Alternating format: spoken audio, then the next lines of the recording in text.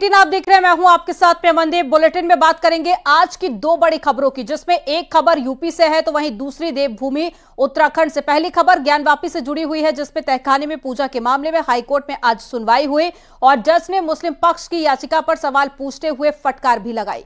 Court ने कहा कि 17 जनवरी के आदेश को क्यों नहीं दी गई चुनौती और सीधे 31 जनवरी के आदेश के खिलाफ में याचिका पर कैसे करे सुनवाई।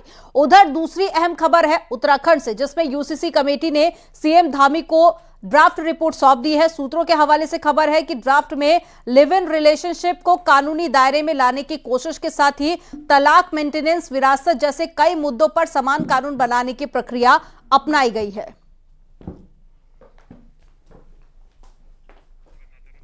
तो ये दो खबरें आपको बता रहे हैं आज की दोनों बड़ी खबर। पहली है ज्ञानवापी से जुड़ी हुई, जिला कोर्ट का जब फैसला आया उसके बाद में चुनौती दी गई थी उस फैसले को हाई कोर्ट में, और अब हाई कोर्ट ने मुस्लिम पक्ष को फटकार लगाई है।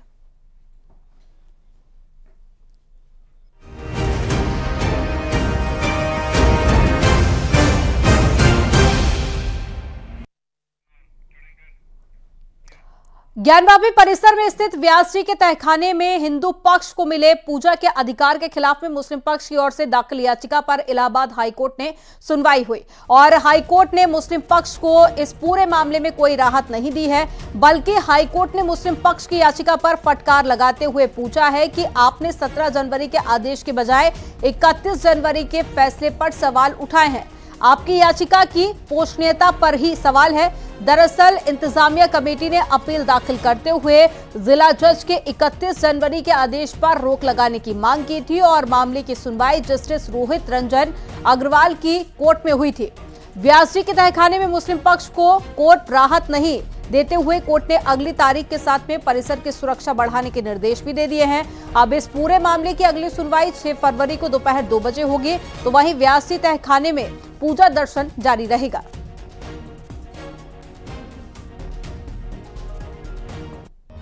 तो तहखाने में आगे भी पूजा चलती रहेगी।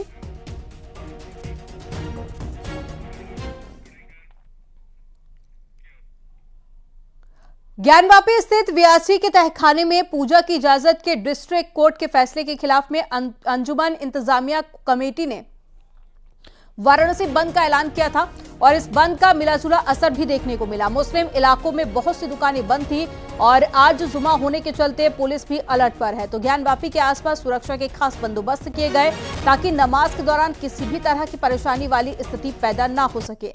वहीं संवेदनशील इलाकों में बड़ी संख्या में पुलिसकर्मी मुस्तैद किए गए और साथ ही नमाज के दौरान में ज्ञानवापी परिसर में भारी संख्या में पुलिस बल मौजूद रहा और शांतिपूर्वक नमाज अदा की गई और ज्ञानवापी में 1000 से ज्यादा नमाजी पहुंचे थे। ये 3 तस्वीरें हम आपको दिखा रहे हैं। पहली तस्वीर जहां पर शांतिपूर्वक नमाज के लिए जाते और दूसरी तरफ आप देखिए ये कड़ी सुरक्षा पुलिस की तरफ से की गई थी और साथ ही बंद का जो ऐलान किया गया था, हालांकि उसका मिलाजुला असर देखने को मिला।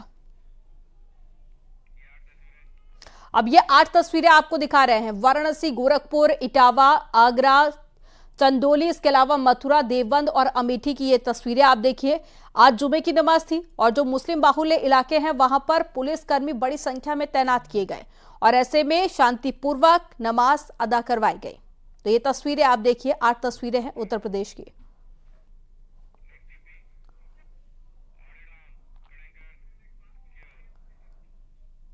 पूर्व डिप्टी सीएम और साथ ही राज्यसभा सांसद दिनेश शर्मा ने ज्ञानवापी मामले पर विपक्ष पर करारा प्रहार किया। उन्होंने आरोप लगाया कि कुछ लोग भड़काने का काम करते हैं, जबकि ज्ञानवापी में पहले भी पूजा होती थी। तो उत्तर प्रदेश के पूर्व डिप्टी सीएम की तरफ से बयान दिया गया। उन्होंने कहा कि कुछ लोग भड़काने की कोशिश कर रहे हैं और इससे पहले भी पूजा होती रही है। कुछ राजनीतिक दल हैं जो विभिन्न प्रकार के जो संप्रदाय हैं उनको भड़काने की बात करते हैं। 1993 से पहले जो ये क्षेत्र है जहाँ पर पूजा शुरू हुआ है ज्ञानवापी में, तो वहाँ पहले भी पूजा होती थी। समाजवादी पार्टी की सरकार 93 में थी तो वहाँ पूजा बंद हो गई थी।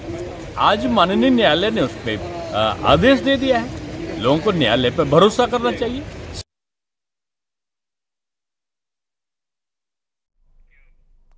अखिल भारतीय संत समिति ने वाराणसी बंद के मुस्लिम समाज के ऐलान का विरोध किया और स्वामी जितेंद्रनंद सरस्वती ने बंद की अपील को कोर्ट की अवमानना बताते हुए ऐसा करने वालों पर कोर्ट की अवमानना का केस चलाने की मांग की है। उन्होंने कहा है कि देश संविधान से चलेगा और शरिया से नहीं चलेगा।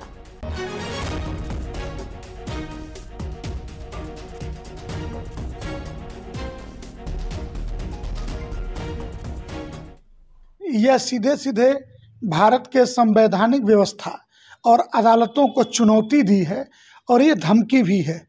इनके नेताओं पर कोर्ट को धमकी देने का कंटेम्प्ट ऑफ कोर्ट का केस दर्ज किया जाना चाहिए। यह देश संविधान से चलेगा, शरिया से नहीं चलेगा। और अगर हम पलट करके हिंदू धर्माचार्य यह पूछें कि 1993 में किसके लिखित आदेश से किसने ऑर्डर दिया था,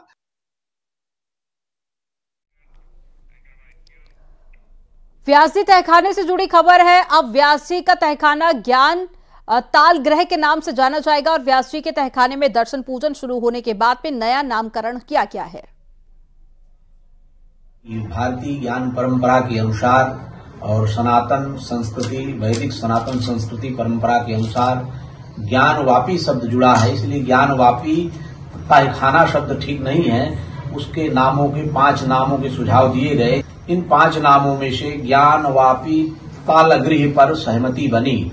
ज्ञानवापी तालगृह का मतलब है कि ज्ञान के कुआं के पास जो ताल है वहां पर भगवान विष्णु, भगवान श्री राम और गंगा का जो प्रतिनिधित्व करता है वो मकर, हनुमान जी, ये सारी मूर्तियां वहां विराजमान हैं। इन सभी मूर्तियों में पूजन अर्चन की व्यवस्था, प्रातःकाल 3 बजे से आरती, चारों विधाओं में आरती का विधान किया गया। भोग राग और रामचरितमानस का अखंड नवान पारायण भी वहां आरंभ करा दिया गया है।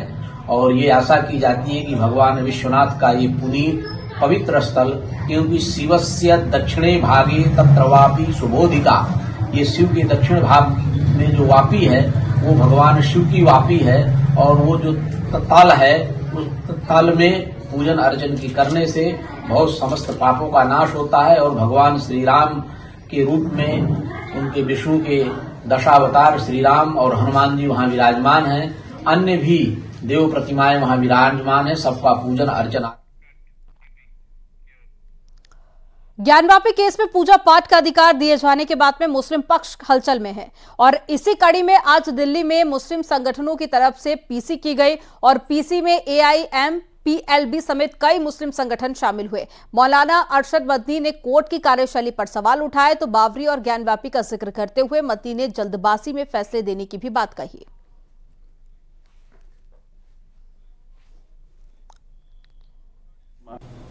बाबरी मस्जिद का मसला था, लेकिन उसी ज़माने में मुख्तलिफ मस्जिदों के मसले, ख़ुद दिल्ली की जामे मस्जिद का मसला है, अहमदाबाद की मस्जिद का मसला है, संभल की मस्जिद का मसला है, मथुरा है, ये तमाम मसाइल उठ रहे थे। लेकिन इस वक्त जिस तेज़ी के साथ ये मसाइल उठे हैं उनसे ये महसूस होता है कि कानून को सामने रखकर फैसला करने की जिम्मेदारी जिन कोर्टों के ऊपर है वहाँ ऐसी लचक और ढील पैदा हुई है।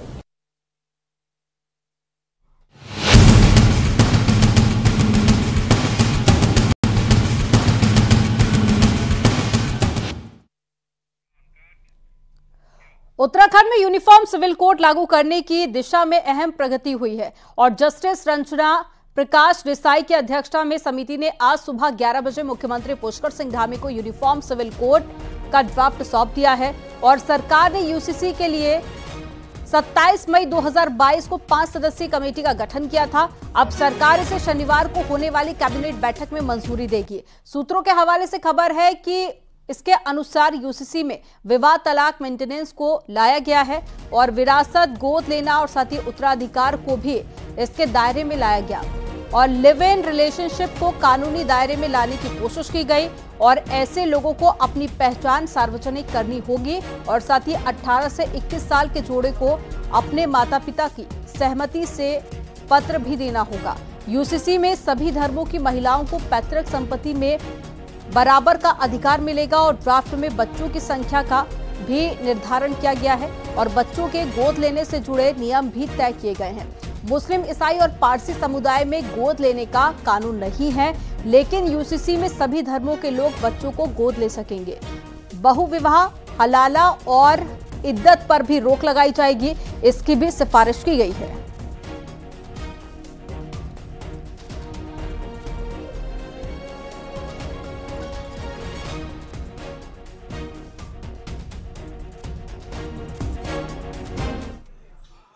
मुख्य सेवक सदन में आप सभी का स्वागत है, सबका अभिनंदन है। मेरे साथ हमारी अभी जिन्होंने कार्यभार संभाला है नई मुख्य सचिव राधा रतूड़ी जी और सभी उपस्थित हमारे मीडिया के सभी मित्रों, मैं सबसे पहले तो आप सबका धन्यवाद करता हूं कि आप सबके द्वारा लगातार जब हमने पहली बार विधानसभा का उत्तराखंड का जो आम चुनाव हुआ था, उस चुनाव के समय आप सबके समक्ष हमने ये संकल्प रखा था, हमारे प्रधानमंत्री आदरणीय नरेंद्र मोदी जी के मार्गदर्शन में और उन्हीं की प्रेरणा से हमारी पार्टी ने ये संकल्प पत्र उत्तराखंड की देवतुल्य जनता के सामने रखा था कि नई सरकार के गठन होते ही हम सबसे पहले कोई काम करेंगे तो वो समान नागरिक संहिता को लाने के लिए कमेटी बनाने का काम करेंगे। उस दिशा में हम आगे बढ़ेंगे और हमने कमेटी का गठन किया और जो हमने वायदा किया था उस वायदे को आगे बढ़ाया सरकार गठन के बाद और 5 सदस्यीय कमेटी बनी सेवानिवृत्त जस्टिस रंजना प्रकाश देसाई जी की अध्यक्षता में, जिसमें सिक्किम के यूसीसी का ड्राफ्ट सरकार को मिलने पर देहरादून शहर काजी का कहना है कि सरकार है, वो जो मर्जी चाहे करे, लेकिन आगे जो परिणाम होगा उसके जिम्मेदार भी वही होंगे। पुरानी परंपराओं और किसी धार्मिक मान्यताओं के साथ में छेड़छाड़ ठीक नहीं है।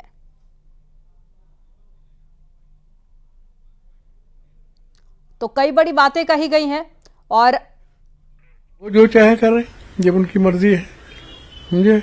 लेकिन आगे जो नुकसान होगा वो भी उनके जिम्मेदार वही हैं, तब भी उसमें हम क्या कर सकते हैं। लेकिन बहरहाल ये नुकसान की चीज है।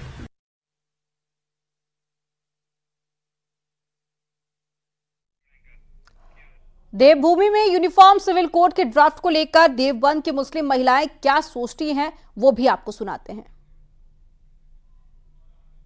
मुस्लिम महिलाएं यहां पर बहुत सारी हैं जो समान अधिकार की बात करती हैं, जिनको लगता है कि समान अधिकार होने चाहिए। ये बताओ, आप पढ़ी लिखी हो, क्या चाहती हो? देश में समान अधिकार होने चाहिए? जी, होने चाहिए। क्या होना चाहिए? अच्छा, आप बताओ कि किस तरीके से समान अधिकार की बात करना चाहते हैं? जी, बराबर होना चाहिए महिलाओं का भी और पुरुषों का भी, और हिंदू और मुस्लिम सब एक होने चाहिए, भेदभाव ना हो किसी भी तरह का, किसी के साथ भेदभाव नहीं होना चाहिए। अच्छा, जो एक तलखी है वो ये है कि एक से ज्यादा बहुविवाह, एक से ज्यादा शादियां होनी चाहिए या नहीं होनी चाहिए? जी, मेरा मानना तो यार नहीं होनी चाहिए। नहीं होनी चाहिए जी। 3 तलाक जैसी चीजें होनी चाहिए कि नहीं होनी चाहिए? जी, वो तो हमारे मजहब में है, वो तो हम अपने मजहब के खिलाफ नहीं जा सकते, वो तो सही है हमारे मजहब के हिसाब से। तो मुस्लिम महिलाएं क्या चाहती हैं कि क्या देश में धर्म चुनने की आजादी सभी को है? क्या उसी तरीके पे आगे बढ़ना चाहिए या सबके लिए समान कानून, समान अधिकार होने चाहिए जिससे किसी का शोषण ना हो? सबके लिए समान होने चाहिए और कोई वो ना होना चाहिए कि लड़ाई हो, मतलब मुसलमान में अलग हो और हिंदू में अलग हो। यूसीसी के ड्राफ्ट को लेकर हरिद्वार में दूसरे राज्यों से गंगा स्नान करने पहुंचे लोगों की क्या राय है, न्यूज 18 की टीम ने उनसे भी जानने की कोशिश की है। लोगों का क्या कुछ कहना है वो आपको सुनवाते हैं। ये अच्छा कानून है, इसको सभी स्टेट में लागू करना चाहिए ताकि सबको न्याय मिल सके। बड़ा अच्छा प्रयास किया उत्तराखंड सरकार ने, और ये कानून पूरे देश में लागू होना चाहिए, चाहे हिंदू हो या मुस्लिम हो, क्योंकि हम एक झंडे के नीचे रहते हैं और एक ही कानून को फॉलो करते हैं। तो ये कानून जो ला रहे हैं वो पूरे देश में लागू होना चाहिए, ताकि सब समान और सबको एक नजरिए से देखा जाए। नहीं, अच्छा फैसला लिया है बीजेपी ने भी, अच्छा है, कुछ न्याय हो रहा है, सबको कानून सब समान हो गए तो अच्छा होगा। फिर यहां पर वक्त हो गया एक छोटे